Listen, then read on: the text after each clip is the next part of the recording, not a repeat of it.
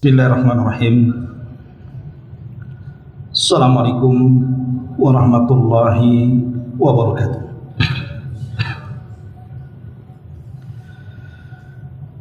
Bihamdillahi wassalatu wassalamu ala rasulillah wa ala alihi wa sahbihi wa mawalah wa la hawla wa la quwwata illa billahi wa ba'du. Alhamdulillah, segala puja dan puji hanya milik Allah subhanahu wa ta'ala. Salawat dan juga salam kita hadiahkan kepada Rasul kita Nabi besar Muhammad sallallahu alaihi wa ala alihi wasallam. Hadirin dan hadirat yang dimuliakan Allah subhanahu wa ta'ala, pembahasan di malam hari ini kita akan membahas tentang pentingnya kita mengharap doa para malaikat.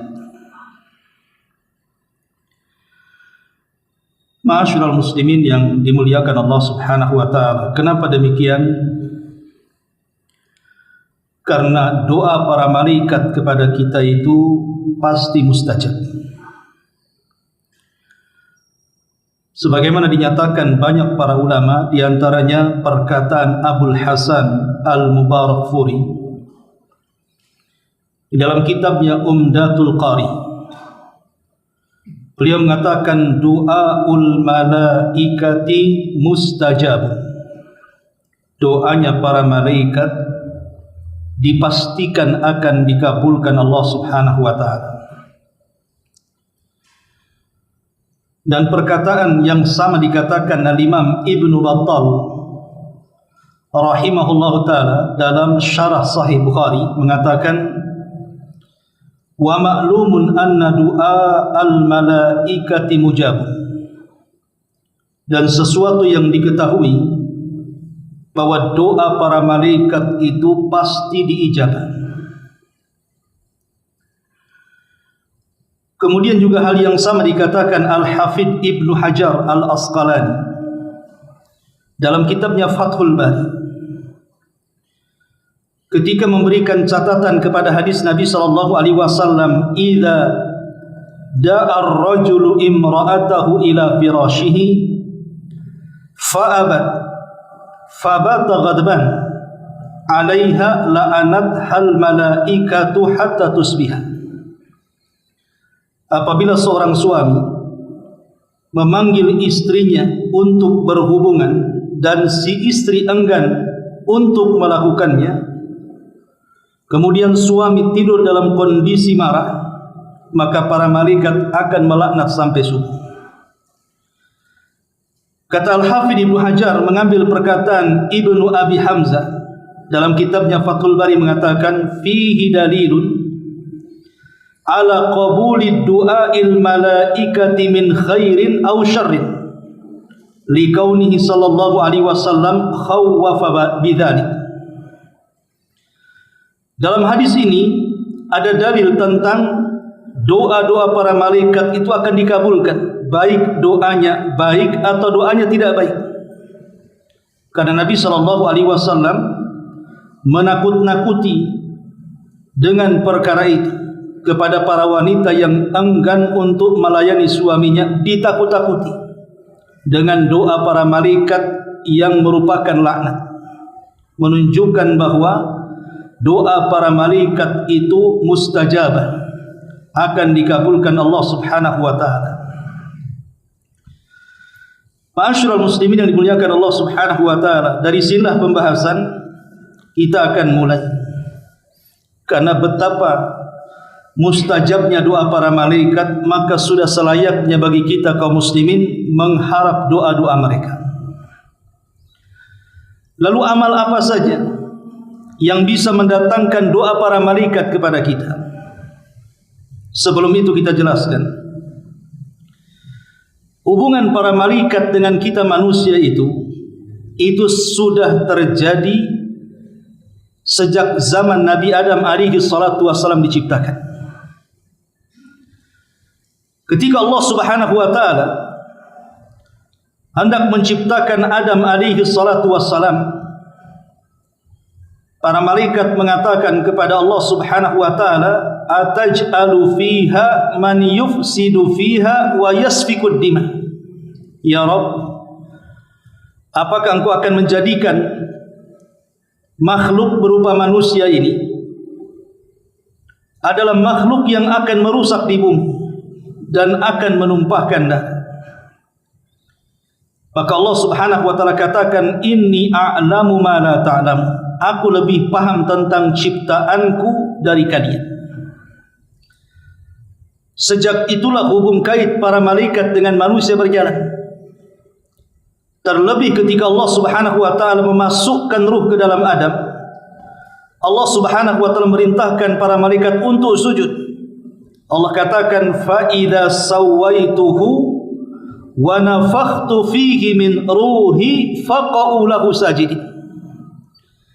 Apabila sudah kusempurnakan ciptaan Adam, kemudian kumasukkan ruh ke dalam Adam, segeralah kalian sujud kepada Adam. Maka saat itulah ketika Adam betul-betul hidup dengan jasad dan ruh, semua para malaikat sujud kepada Adam. Wa idh qala rabbuka lil malaikati isjudu fasajadu. Ketika Allah Subhanahu wa taala berfirman, dan ingatlah ketika Rabbmu berfirman, sujudlah kalian kepada Adam, maka semua para malaikat sujud kepada Adam alaihi salatu wassalam. Lah sejak itu sampai hari ini, bahkan sampai kiamat dibangkitkan, hubungan para malaikat dengan manusia akan senantiasa terjadi. Mulai daripada alam ruh, di mana para malaikat mengambil salah satu ruh dari alam ruh, kemudian dimasukkan ke dalam janin manusia, dan menjadilah janin itu hidup. Kemudian mereka merawatnya sampai kemudian janin itu menjadi bayi dan terlahir ke dunia. Setelah terlahir ke dunia, maka para malaikat terus kemudian mengawasi Bani Adam, menjaganya, mencatat amalannya, dan juga memperlakukan mereka dengan baik sesuai dengan perintah Allah Subhanahu wa taala, sampai ketika ajal menjemput. Yang mencabut ruh juga para malaikat, yang membawakan kain kafan dari sorga juga para malaikat, yang membawakan minyak wangi dari sorga juga malaikat, yang membawa ruh dalam kapan ke langit berjumpa dengan Allah juga para malaikat, kalau ruhnya orang-orang yang beriman. Kemudian saat masuk ke alam barzakh, ada dua malaikat yang menanyakan soal siapa Tuhanmu, siapa nabimu, dan apa agamamu. Itulah Munkar dan Nakir. Para malaikat juga berhubungan dengan manusia dalam kubur. Kemudian setelah manusia berada dalam kubur, kemudian kiamat dibangkitkan. Yang meniup sangkakala juga malaikat, baik sangkakala yang pertama yang membuat kejutan dan kematian, ataupun sangkakala kedua yang membuat kebangkitan dan perkumpulan manusia di padang mahsyar. Sampai kepada manusia berada di padang mahsyar, mereka pun dipagerin para malaikat yang bersap-sap di hadapan Allah Subhanahu wa taala, sampai akhirnya ada di antara mereka yang masuk ke dalam sorga dan neraka, dan di dalam sorga juga penuh dengan para malaikat. Bahkan ketika orang-orang yang masuk sorga, malaikatlah yang pertama memberikan salam, salamun alaikum bima sabartum, keselamatan bagi kalian karena kesabaran kalian di dunia. Dari uraian ini kita tahu bahwa para malaikat tidak mungkin lepas dari kita, dan kita sangat yakin keberadaan mereka. Karena keberadaan para malaikat bisa kita rasakan.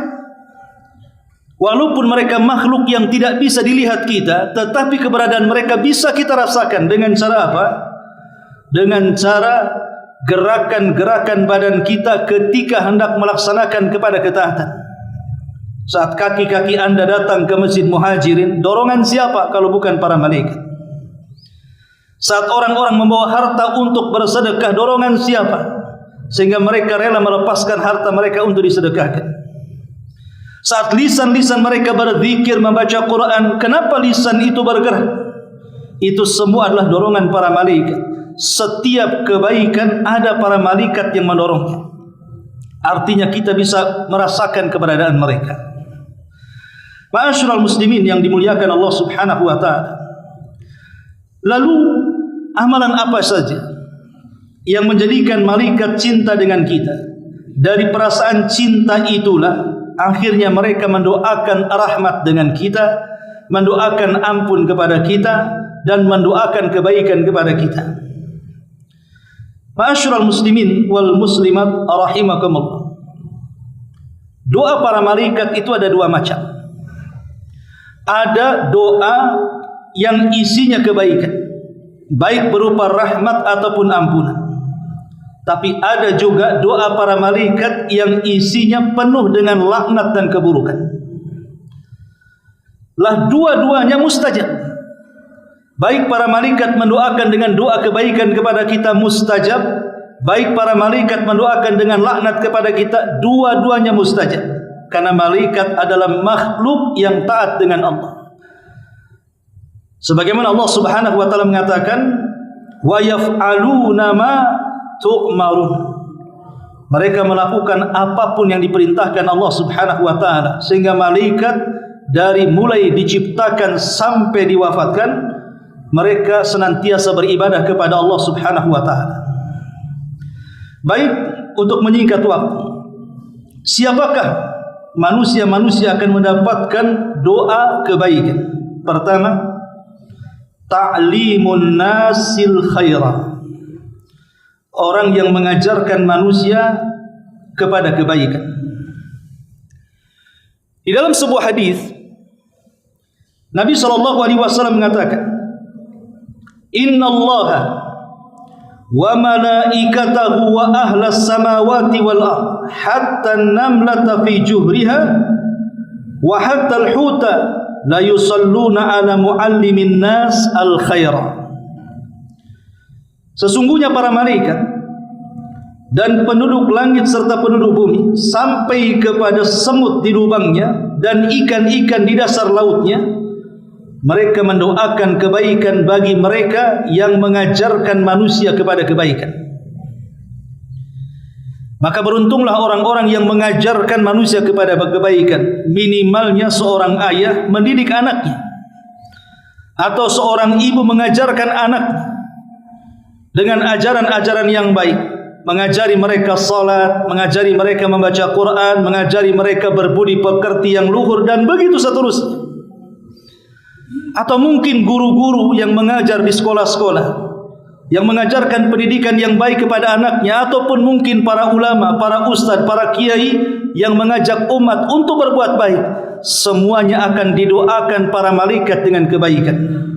Maka jadilah pelopor kebaikan dan jangan jadi pelopor keburukan. Ini yang pertama. Kemudian yang kedua, as-salatu ala mayaminis saf. Melakukan salat mengambil sisi sebelah kanan dalam saf. Pamannya ini saf pertama dari ujung ke ujung, ambil sebelah kanan dulu, kecuali kalau sudah penuh baru ambil sebelah kiri. Nabi SAW mengatakan, Inna Allah wa malaikatahu yusalluna ala mayaminis sufuf. Sesungguhnya Allah Subhanahu wa taala dan para malaikatnya, mereka mendoakan kepada orang-orang yang berada di sebelah kanan saf. Jadi kalau seandainya orang masbuk, kemudian ada orang yang salat sendirian dan kita hendak menjadikan dia imam kita, jangan ngambil posisi sebelah kiri, tapi ambil posisi sebelah kanan. Karena para malaikat akan mendoakan kebaikan bagi orang-orang yang mengambil saf sebelah kanan. Ini yang kedua. Kemudian yang ketiga, as-salatu fi safil awal. Orang yang mengambil posisi di saf pertama dalam salat. Nabi SAW mengatakan, Inna Allaha wa malaikatahu yusalluna ala saffi al-awwal wal muadzin yaghfiru lahu mada sautihi. Sesungguhnya Allah dan para malaikatnya akan mendoakan doa yang baik kepada orang yang berada di saf pertama dalam salat, dan para muadzin akan diampuni dosanya sejauh suara yang diteriakkannya. Lihat bagaimana saf pertama. Makanya Rasul mengatakan, sekiranya manusia tahu tentang rahasia di saf pertama, pasti mereka akan datang walaupun dengan cara merangkak dan siap mengundi. Tapi kebanyakan hari ini orang tidak peduli dengan saf pertama. Kadang-kadang masuk masjid padahal dia datangnya awal, tapi ketika sholat ngambil pula di saf kedua atau ketiga. Dia tidak tahu rahasia saf pertama itu, bahwa di situ adalah tempat kita didoakan para malaikat. Kemudian yang keempat adalah saddul faraj baina sufuf. Orang yang merapatkan ketika salat di antara saf-saf makmum. Makanya perintah imam dimanapun, masjid manapun, musola manapun, apa perintah imam ketika sebelum salat? Kata imam, rapatkan safnya, luruskan safnya, sawwu sufufakum.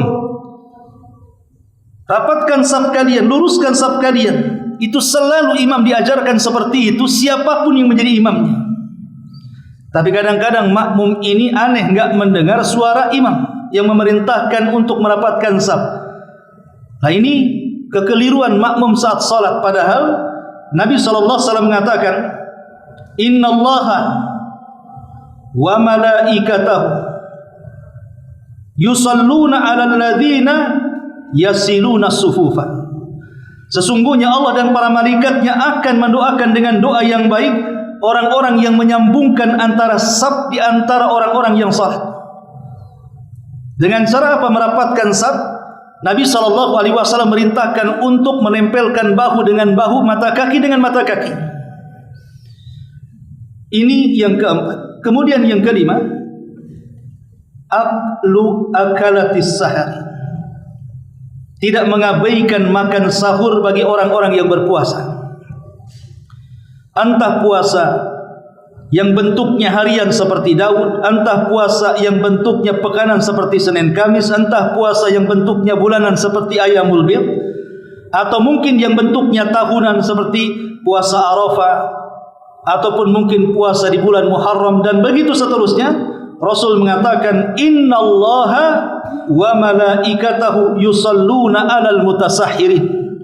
Sesungguhnya Allah dan para malaikatnya akan mendoakan doa kebaikan bagi mereka yang mau bangun untuk makan sahur ketika berpuasa. Kemudian yang keenam, intidharus salati ba'da salati. Menunggu salat setelah salat. Namanya tadi salat maghrib, tidak pulang karena menunggu salat isya. Dia tetap duduk di masjid. Kata Nabi SAW dalam sebuah hadis,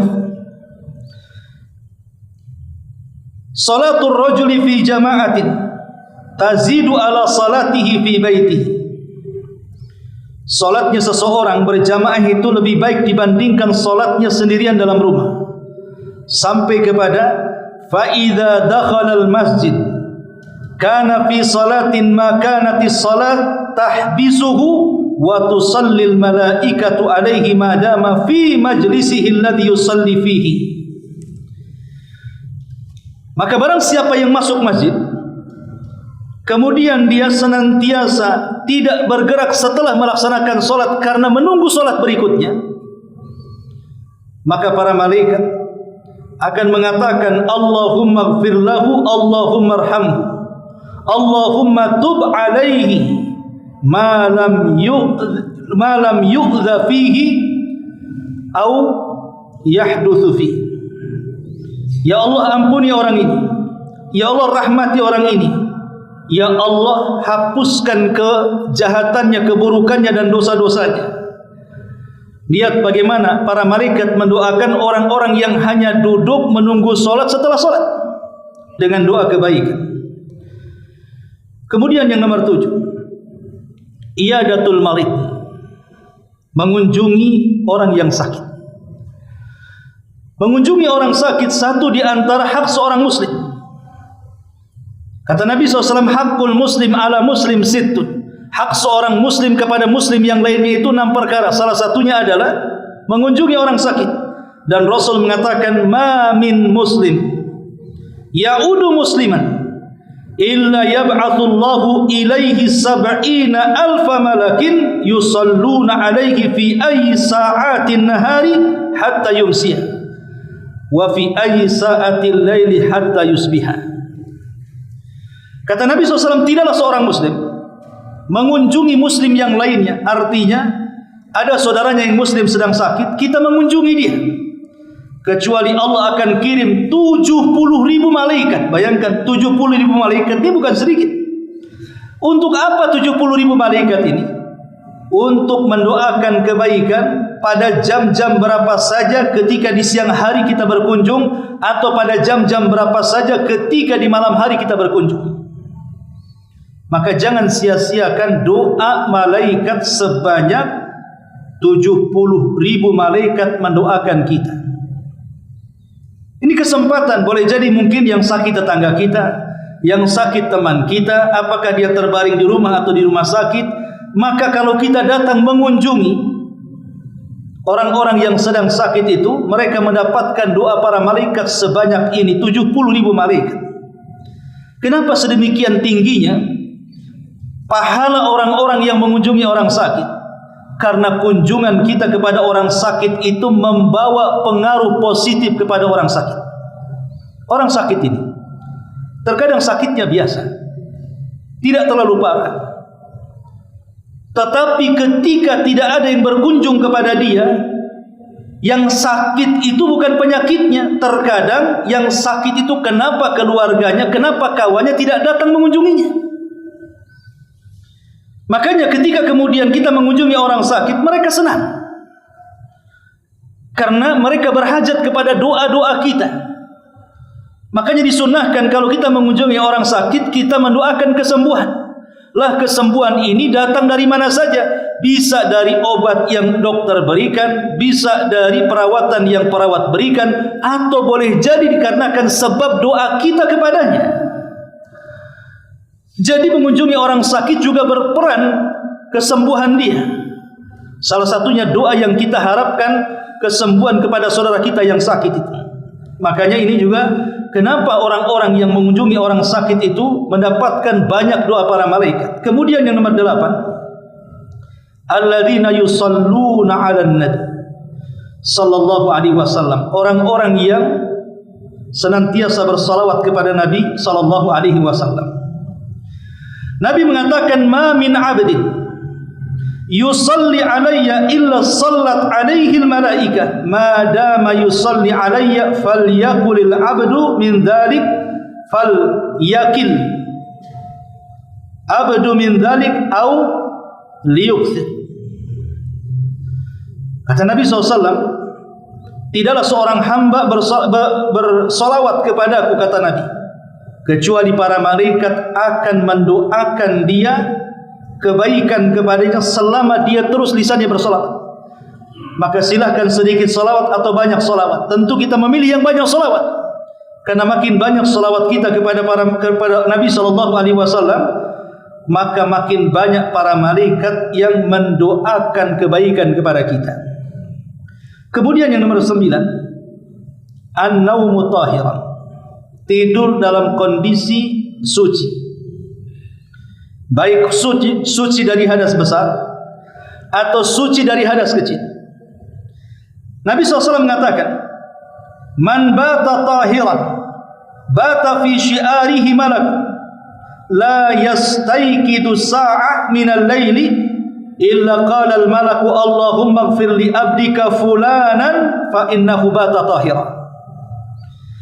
Barang siapa yang tidur dalam posisi dia suci, kalau dia junub dia mandi, kalau dia berhadas kecil dia berwudu, kemudian tidur, maka Allah akan kirim para malaikat untuk berdiri di samping kanan dan kirinya.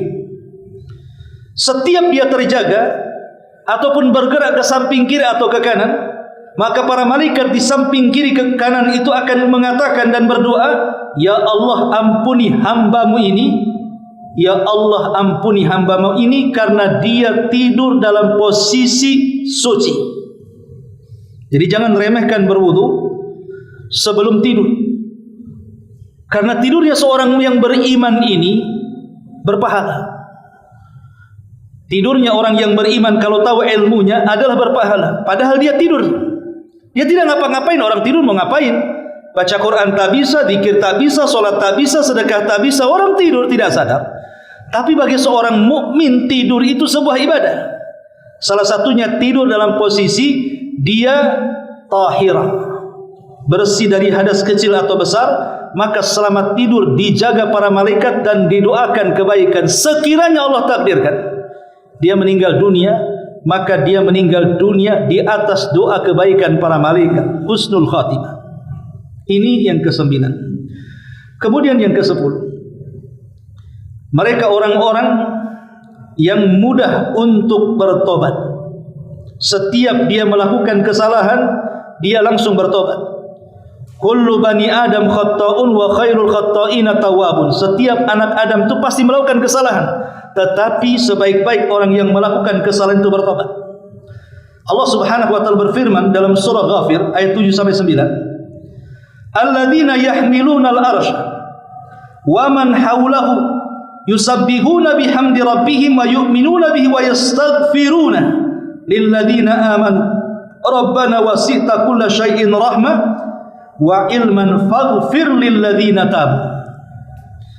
Allah mengatakan para malaikat yang memikul arsy dan malaikat-malaikat di sekitar arsy, mereka bertasbih memuji kepada Rabb mereka, dan mereka beriman dengan Allah, dan mereka memintakan ampun terhadap orang-orang yang beriman. Ya Rabb kami, Engkau telah meluaskan segala sesuatu dari rahmat-Mu dan pengetahuan-Mu, maka ampunilah orang-orang yang bertobat. Jadi orang-orang yang bertobat atau mudah bertobat setelah melaksanakan kesalahan, maka para malaikat di sekitar arsy dan pemikul arsy akan mengatakan, faghfir lilladzina tabu. Ya Allah ampunilah orang-orang yang mudah bertobat. Ini juga sebab doa para malaikat yang ke-10. Yang ke-11, orang-orang yang mendoakan saudaranya dengan kebaikan. Orang-orang yang mendoakan saudaranya dengan kebaikan. Boleh jadi kita punya saudara, sanak famili, kerabat, atau siapapun yang jauh jauh di sana. Kita di Batam, orang itu di kampung. Tapi selepas sholat atau di waktu-waktu mustajab kita doakan.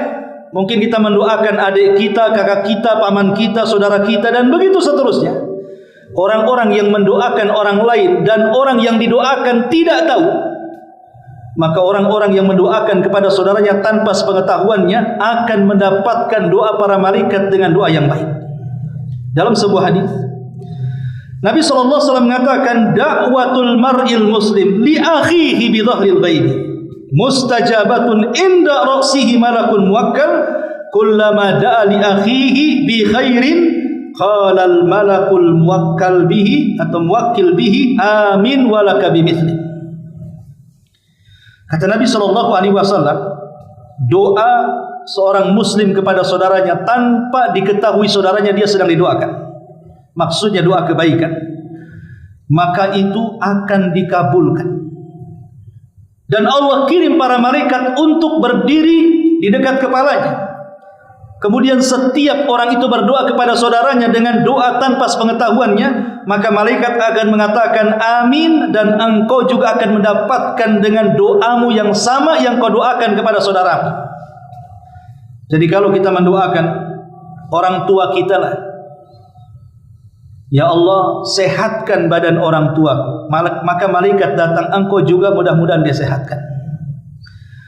Kalau pamannya kita mendoakan anak orang lain, ya Allah kasihan orang tua itu, anaknya nakal sekali, sadarkan anaknya, buatlah dia birrul walidain kepada orang tuanya, maka malaikat mengatakan amin, dan anakmu juga demikian. Jadi mendoakan saudara kita dengan kebaikan tidak ada ruginya, karena hakikatnya kita mendoakan kepada saudara kita itu sama dengan mendoakan diri sendiri dengan kebaikan.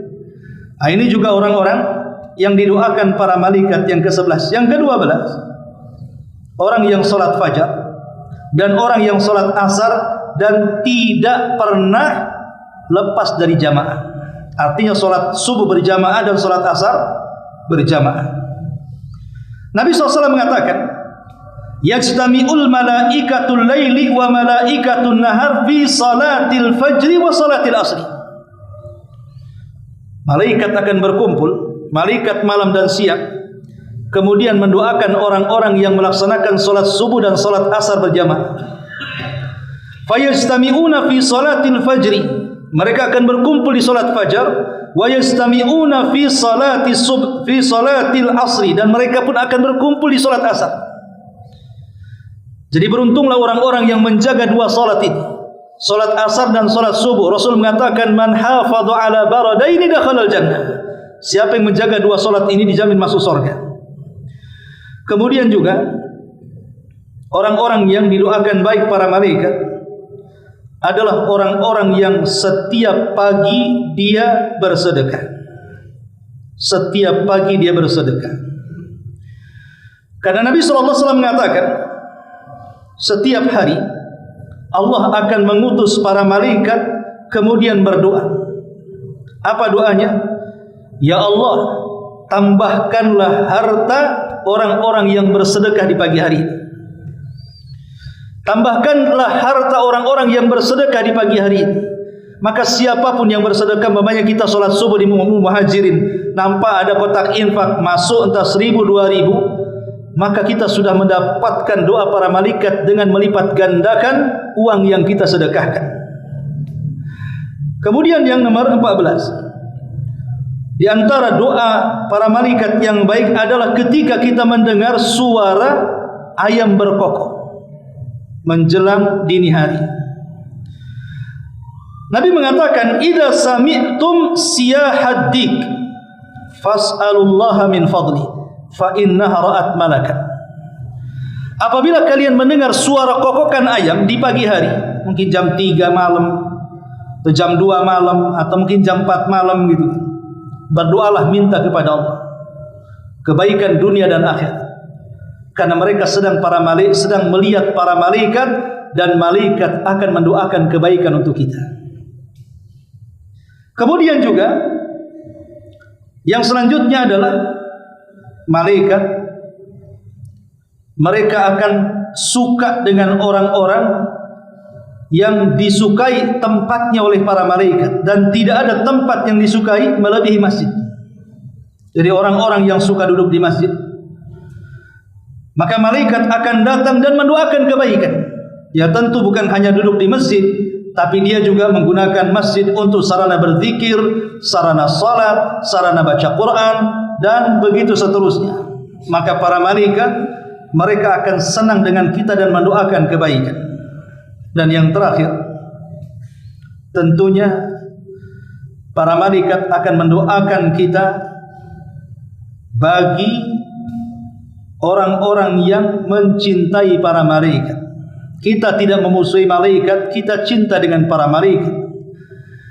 Maka siapapun yang mencintai para malaikat Allah, maka malaikat juga akan mendoakan kebaikan. Tapi siapapun yang membenci para malaikat, maka sama dengan bermusuhan dengan Allah Subhanahu wa ta'ala. Dan itu digambarkan di dalam Al-Quran ketika orang-orang yang mereka datang kepada Nabi SAW, siapa yang menghabari kamu tentang wahyu? Maka Rasul mengatakan Jibril. Maka kata orang-orang Yahudi, aku tidak suka dengan Jibril. Kukira yang mendatangi kamu adalah Mikail yang senantiasa membawa hujan itu. Maka kemudian Allah Subhanahu wa ta'ala turunkan kepada Nabi SAW mengancam siapapun yang membenci Jibril, Mikail, Israfil, dan malaikat-malaikat yang lainnya, maka mereka adalah musuh Allah Subhanahu wa ta'ala. Ma'asyiral muslimin yang dimuliakan Allah, dan banyak lagi. Ini salah satu bentuk contoh doa kebaikan para malaikat kepada kita. Tapi jangan salah, tadi saya sudah katakan di awal, tidak semua malaikat itu mendoakan kebaikan kepada kita. Ada juga para malaikat itu yang diutus oleh Allah Subhanahu wa ta'ala untuk mendoakan keburukan kepada kita. Dan kalau sampai malaikat mendoakan keburukan kepada kita, maka doa para malaikat saya katakan di awal mustajab. Kalau dia sudah mendoakan keburukan kepada kita, yakinlah bahwa doa-doa para malaikat itu akan mustajab.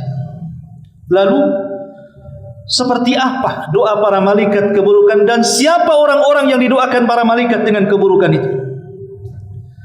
Yang pertama, orang-orang yang didoakan keburukan oleh para malaikat, mereka adalah orang-orang yang senantiasa menyembunyikan ilmu dan tidak mau menyebarkannya. Dia sudah tahu yang hak tapi disembunyikannya. Dia sudah tahu kebenaran tapi tidak mau disampaikannya dengan berbagai macam alasan.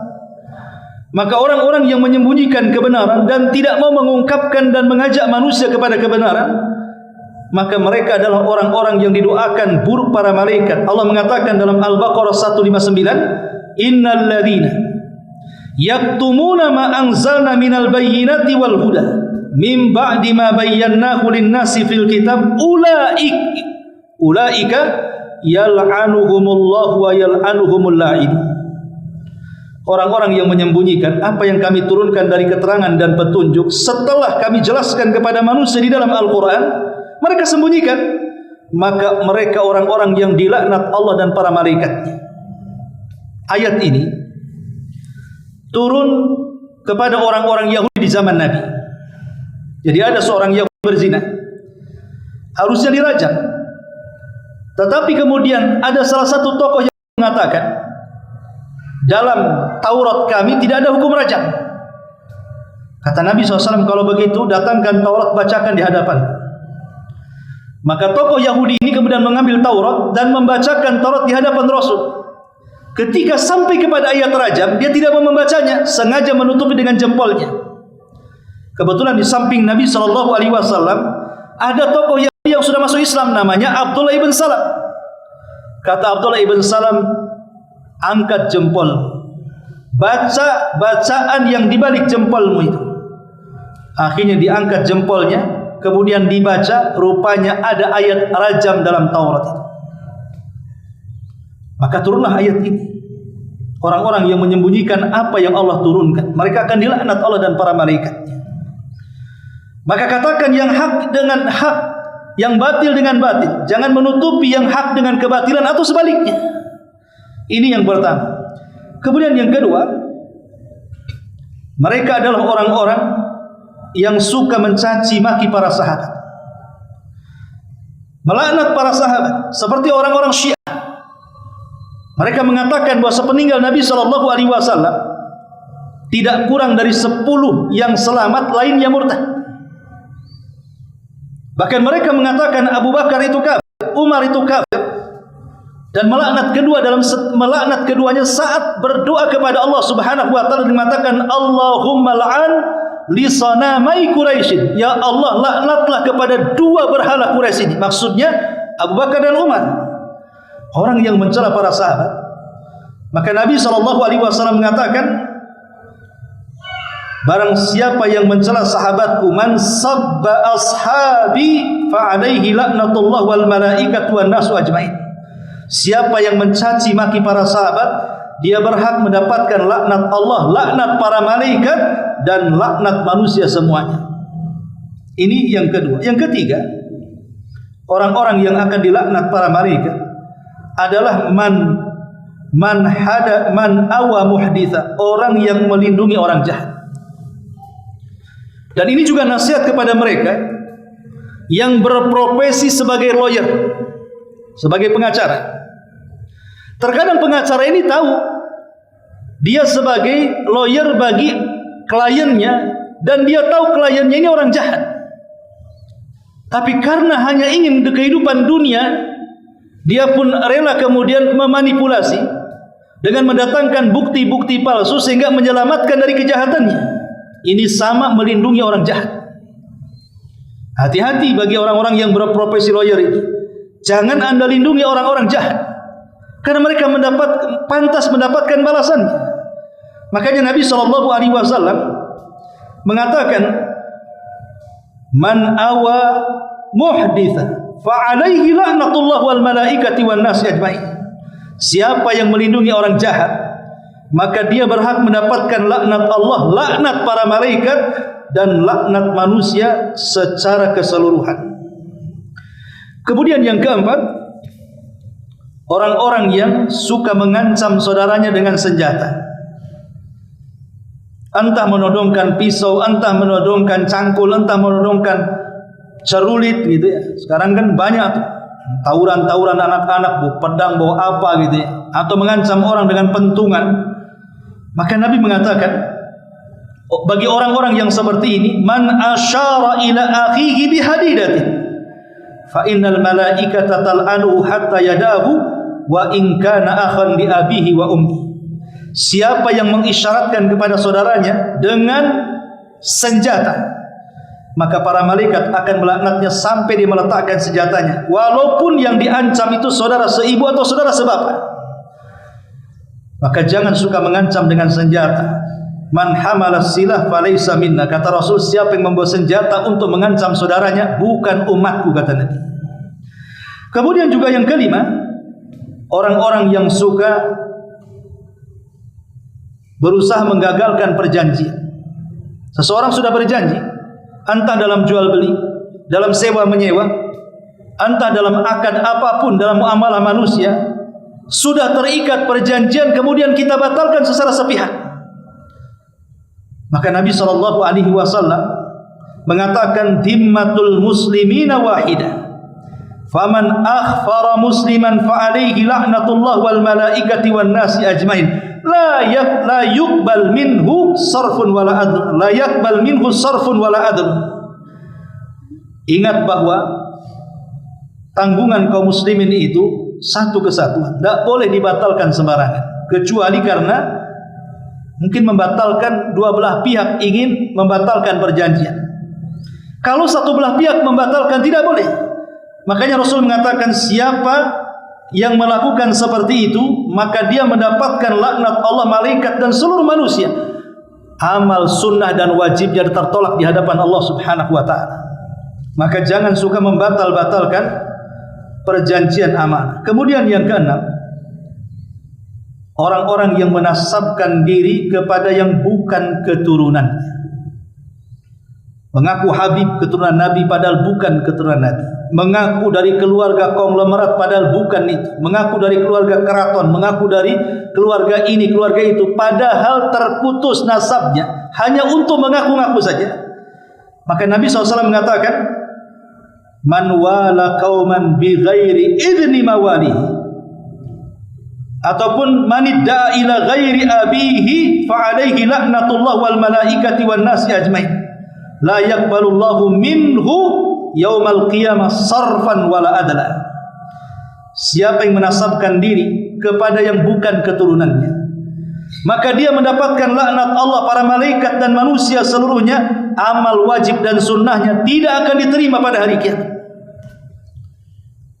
Karena banyak orang-orang yang terkadang mengaku-ngaku keturunan orang hanya karena ingin mendapatkan warisan, kehormatan, atau gila hormat dan lain sebagainya.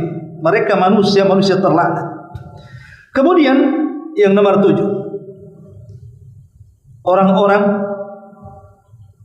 yang ataupun para wanita yang menolak ajakan suaminya, dan itu sudah saya jelaskan tadi. Para istri yang menolak ajakan suami di malam hari, maka mereka adalah wanita-wanita terlaknat di sisi para malaikat sampai subuh.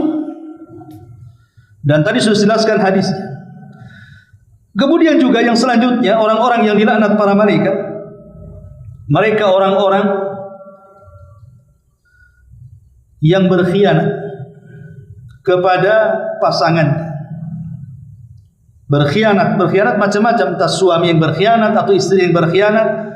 Maka ulama mengatakan mereka juga masuk kepada orang-orang yang dilaknat oleh para malaikat. Termasuk juga orang-orang yang berusaha menghalang-halangi orang untuk melakukan syariat Allah Subhanahu wa ta'ala. Menghalang-halangi pengajian, membubarkan pengajian, menghalang-halangi untuk berbuat baik kepada manusia. maka mereka adalah orang-orang yang dilaknat Allah, para malaikat dan manusia semuanya. Dan banyak lagi. Intinya bahwa dari dua perkara ini, baik yang didoakan baik para malaikat atau yang didoakan buruk para malaikat, dua-duanya mustajab di hadapan Allah. Maka seorang muslim harus cerdas. Jangan mendatangkan perkara yang dilaknat para malaikat, tapi ambillah amalan-amalan yang menjadikan doa para malaikat kepada kita. Wallahu a'lam bishawab. Saya kira ini nasihat yang singkat, mudah-mudahan ada manfaatnya. Subhanaka wa bihamdika asyhadu an la ilaha illa anta astaghfiruka wa atubu ilaik. Allahu taala alam. Assalamualaikum warahmatullahi wabarakatuh.